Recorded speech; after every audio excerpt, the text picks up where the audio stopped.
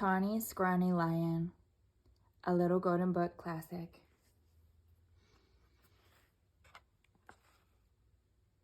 Tawny Scrawny Lion by Kathryn Jackson, illustrated by Gustaf Tenggren.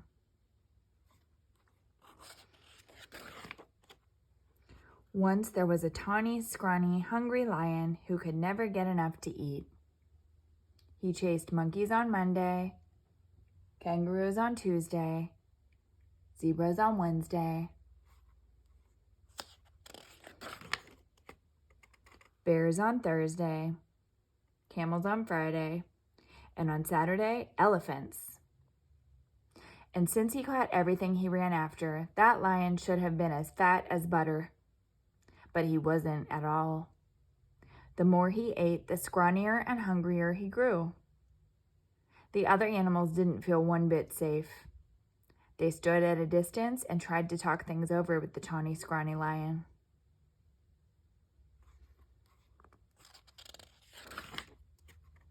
"It's all your fault for running away," he grumbled. "If I didn't have to run for every single bite I get, I'd be fat as butter and sleek as satin. Then I wouldn't have to eat so much, and you'd last longer." Just then a fat little rabbit came hopping through the forest picking berries. All the big animals looked at him and grinned slyly. "Rabbit," they said. "Oh, you lucky rabbit. We appoint you to talk things over with the lion."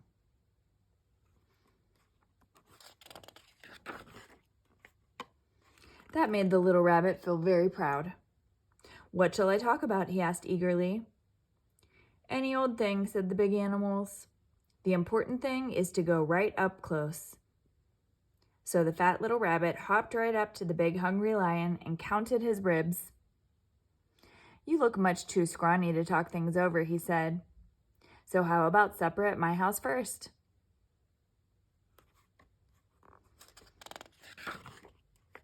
"What's for supper?" asked the lion. The little rabbit said, "Carrot stew." That sounded awful to the lion, but the little rabbit said, "Yes, sir. My 5 fat sisters and my 4 fat brothers are making a delicious big carrot stew right now." "What are we waiting for?" cried the lion. And he went hopping away with the little rabbit, thinking of 10 fat rabbits and looking just as jolly as you please. "Well," grinned all the big animals, "that should take care of Tawny Scrawny for today."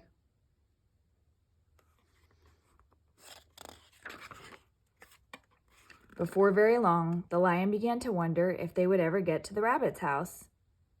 First, the fat little rabbit kept stopping to pick berries and mushrooms and all sorts of good-smelling herbs. And when his basket was full, what did he do but flop down on the riverbank? "Wait a bit," he said. "I want to catch a few fish for the stew." That was almost too much for the hungry lion. For a moment, he thought he would have to eat that one little rabbit then and there. But he kept saying, 5 fat sisters and 4 fat brothers, over and over to himself. And at last, the 2 were on their way again.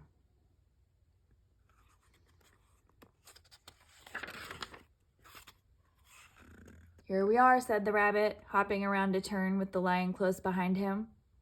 Sure enough, there was the rabbit's house with a big pot of carrot stew bubbling over an open fire. And sure enough, there were 9 more fat, merry little rabbits hopping around it.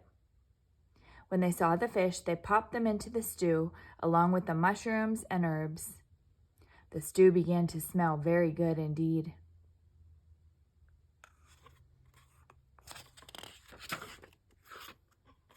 And when they saw the tawny, scrawny lion, they gave him a big bowl of hot stew. And then they hopped about so busily that really it would have been quite a job for that tired, hungry lion to catch even one of them.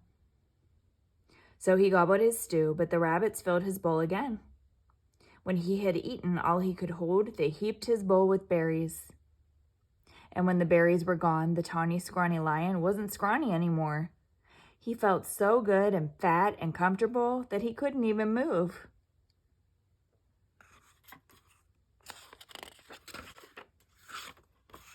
"Here's a fine thing," he said to himself.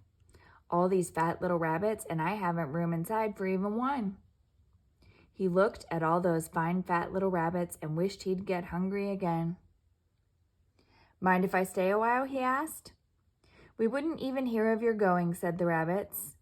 Then they plumped themselves down in the lion's lap and began to sing songs.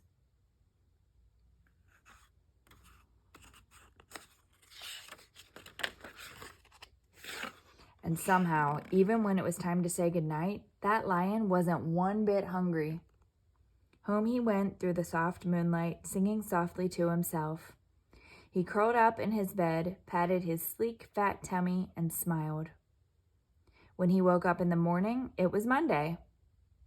"Time to chase monkeys," said the lion. But he wasn't one bit hungry for monkeys. What he wanted was some more of that tasty carrot stew. So off he went to visit the rabbits. On Tuesday, he didn't want kangaroos, and on Wednesday, he didn't want zebras. He wasn't hungry for bears on Thursday, or camels on Friday, or elephants on Saturday.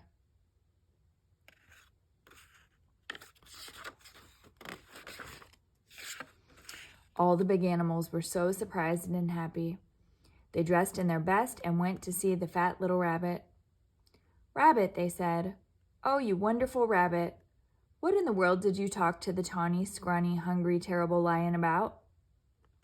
The fat little rabbit jumped up in the air and said, "Oh my goodness, we had such a good time with that nice, jolly lion that I guess we forgot to talk about anything at all." And before the big animals could say one word, the tawny lion came skipping up the path. He had a basket of berries for the fat rabbit sisters, and a string of fish for the fat rabbit brothers, and a big bunch of daisies for the fat rabbit himself. "I came for supper," he said, shaking paws all around.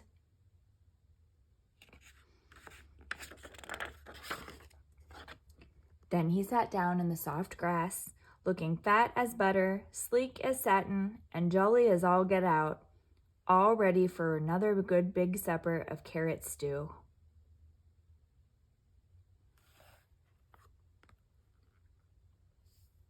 The end.